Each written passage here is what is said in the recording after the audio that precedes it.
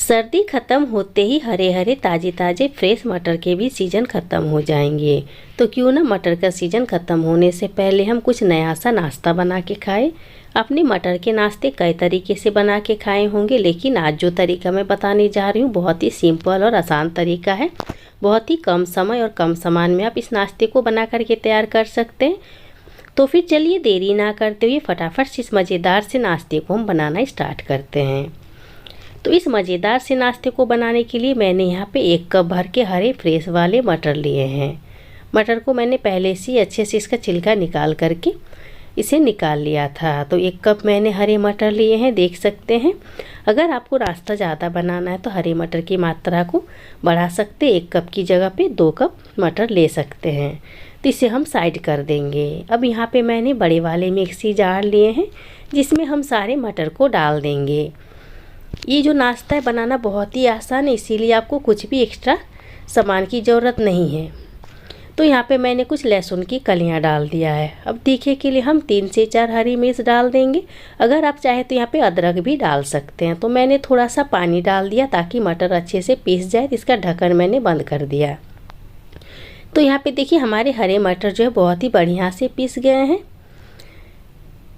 इसी तरह का हमें मटर के पेस्ट चाहिए था, तो इसे हम साइड कर देंगे। अपने मटर के नाश्ते मटर को उबाल के बनाए होंगे, फ्राई करके बनाए होंगे, लेकिन इस तरह से कच्चे मटर को पीस करके आपने नाश्ता नहीं बनाया होगा।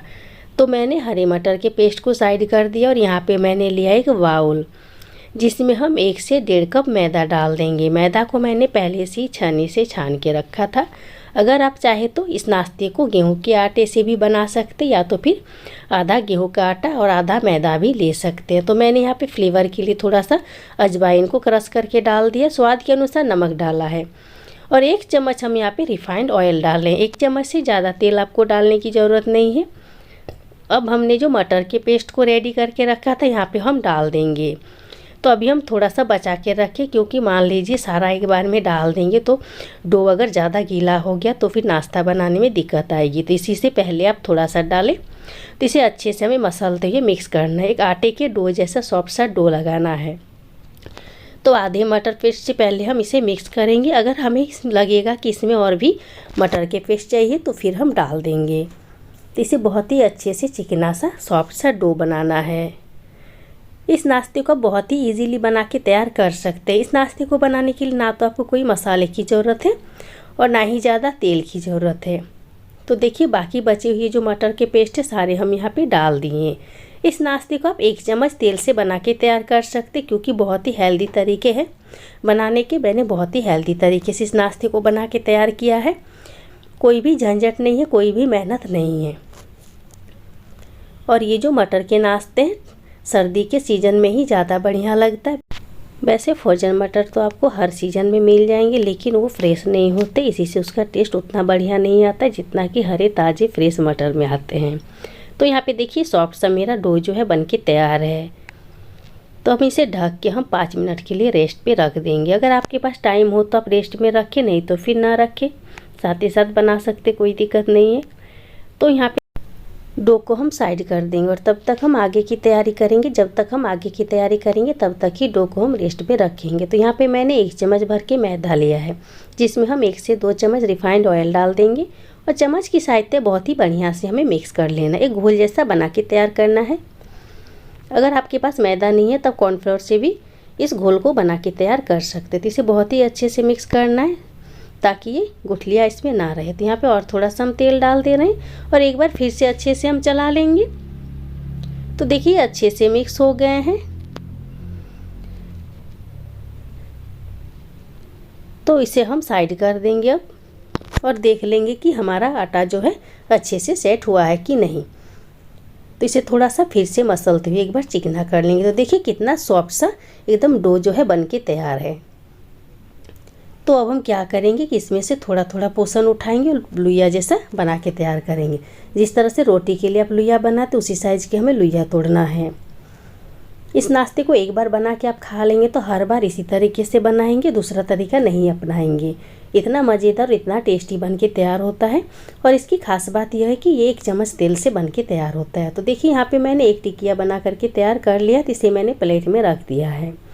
तो इसी तरह से हमें बाकी बचे जितने भी डो है सारे टिकिया को पहले बना करके तैयार कर लेना है, ताकि नाश्ता हमारा फटाफट से बन जाए। तो दूसरे वाले टिकिया भी हम इसी तरह से बना लेते हैं। तो यहाँ पे दूसरा टिकिया भी मैंने तैयार कर लिया, तो इसी तरह से सारे टिकिया बन गए। तो देखिए यहाँ पे इतने थोड़े मैदा में मैंने 5 नाश्ता बना करके तैयार किया है। तो अब हम क्या करेंगे कि सारे टिकिया को हम साइड कर देंगे। अब इसे हम रोटी जैसा बेल लेंगे। तो यहाँ पे देखिए थोड़ा सा हम तेल लगा लेंगे बेलन में। अगर आप चाहे तो बिना तेल लगाए भी बेल सकते, या तो फिर सूखा आटा से भी बेल सकते हैं। तो यहाँ पे हमें रोटी जैसा पहले बना के तैयार कर लेना है। ये मैं रोटी में लगा देंगे ताकि इसमें लेयर आए। इस तरह लगाने से रोटी में जो है लेयर आएंगे। तो थोड़ा थोड़ा लगाना है, ज़्यादा नहीं लगाना है। तो यहाँ पे देखिए सारे रोटी में मैंने फैला दिया इस घोल को। तो अब हमें रोटी को फोल्ड करना है। तो हम क्या करेंगे कि पहले एक साइड से आधा मोड़ेंगे, पूरा नहीं मोड़ना है, सिर्फ आधा मोड़ना है। अब दूसरे साइड से भी हमें आधा ही मोड़ना है। तो अब हम क्या करेंगे कि इसके ऊपर और थोड़ा सा लेयर लगा देंगे घोल वाला, जो मैंने मैदा और तेल का घोल बना के रखा था। तो यहाँ पे मैंने लगा दिया। अब इसे भी फिर से हम फोल्ड कर लेंगे और हल्के हाथों से दबा देंगे। ये बहुत ही आसानी से बन जाते, कोई दिक्कत नहीं आती और खाने में बहुत ही ज़्यादा टेस्टी लगते हैं। तो यहाँ पे देखिए हमारा एक नाश्ता जो बन के तैयार है। तो इसी तरह से हमें सारे नाश्ते को बना करके तैयार कर लेना है। तो पहले इसे हम एक प्लेट में रख लेते हैं साइड करके।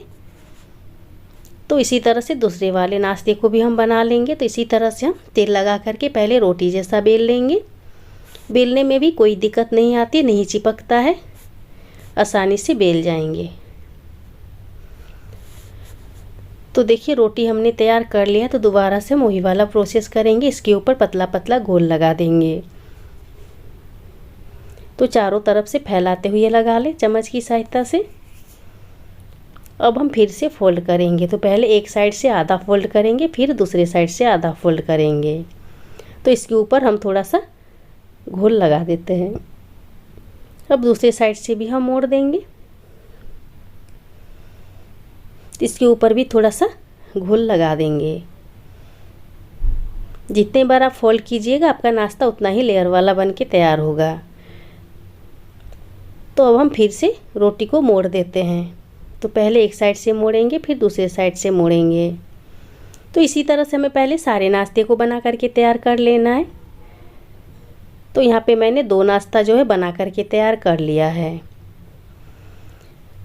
तो इसे भी प्लेट में निकाल लेते हैं और बाकी बचे जितने टिक्के हैं इसी तरह से पहले हम बना लेंगे। तो देखिए यहाँ पे मेरा 5 नाश्ता जो है बन के तैयार है। तो इसे हमें दोबारा से बेलना है। अपने पराठे बहुत खाए होंगे, लेकिन इस तरह से मटर के पराठे नहीं खाए होंगे, बिल्कुल नया तरीका है। तो इसे हम बेल लेते पतला सा। जितना पतला बेलेंगे आपका लेयर उतना ही बढ़िया होगा। तो हल्के हाथों से जितना हो सके पतला सा बेल ले। तो चारों तरफ से घुमाते हुए हमें बेलना है, क्योंकि पतला करना है। चारों साइड से हमें बराबर रखना है, ना कि ज़्यादा मोटा और ना कि ज़्यादा पतला करना है।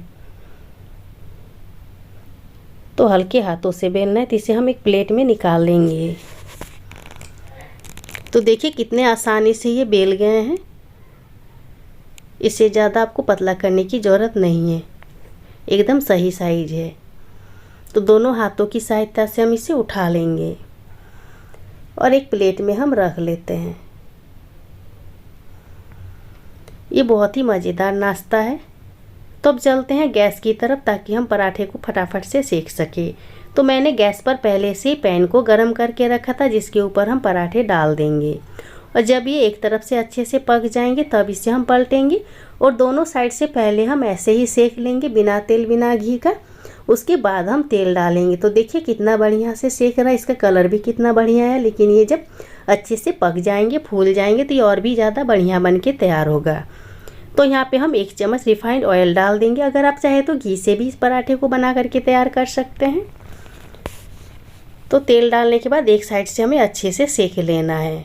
तो देखिए धीरे धीरे जो है फूल रहे हैं। तो इसे हम पलट देंगे और पलट के दूसरे साइड से भी सेक लेंगे जब तक इसका कलर चेंज ना हो जाए। ये बहुत ही बढ़िया लगता है खाने में और बहुत ही कम मेहनत में बन के भी तैयार होता है। अब देख ही सकते हैं हमने यहाँ पे ज़्यादा तेल नहीं डाला, सिर्फ 1 ही चम्मच तेल डाला है और 1 चम्मच तेल में कितने शानदार सुपर टेस्टी पराठे बन के तैयार हुए हैं। तो अब हम क्या करेंगे कि इस पराठे को और एक बार अच्छे से उलट पुलट कर लेंगे ताकि इसका कलर और थोड़ा सा बढ़िया आए।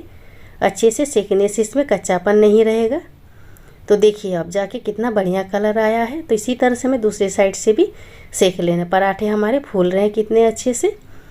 तो अब हम क्या करेंगे कि इस पराठे को हम निकाल लेंगे एक प्लेट में